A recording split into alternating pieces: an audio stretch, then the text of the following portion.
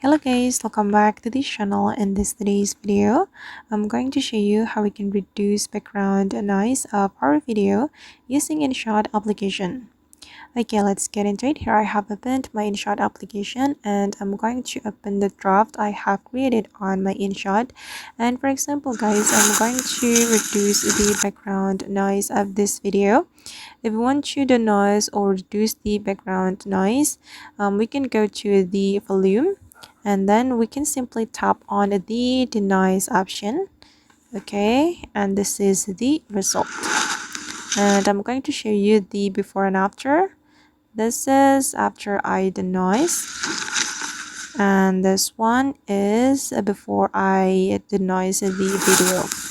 I know that the difference is not that significant, but at least the background noise is reduced.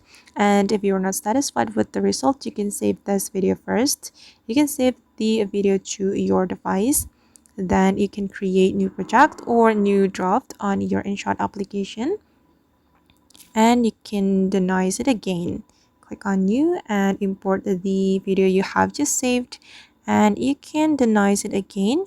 You can repeat the step until you get the best result. Okay, and I guess that's how basically we can denoise or reduce the background noise of our video using InShot application.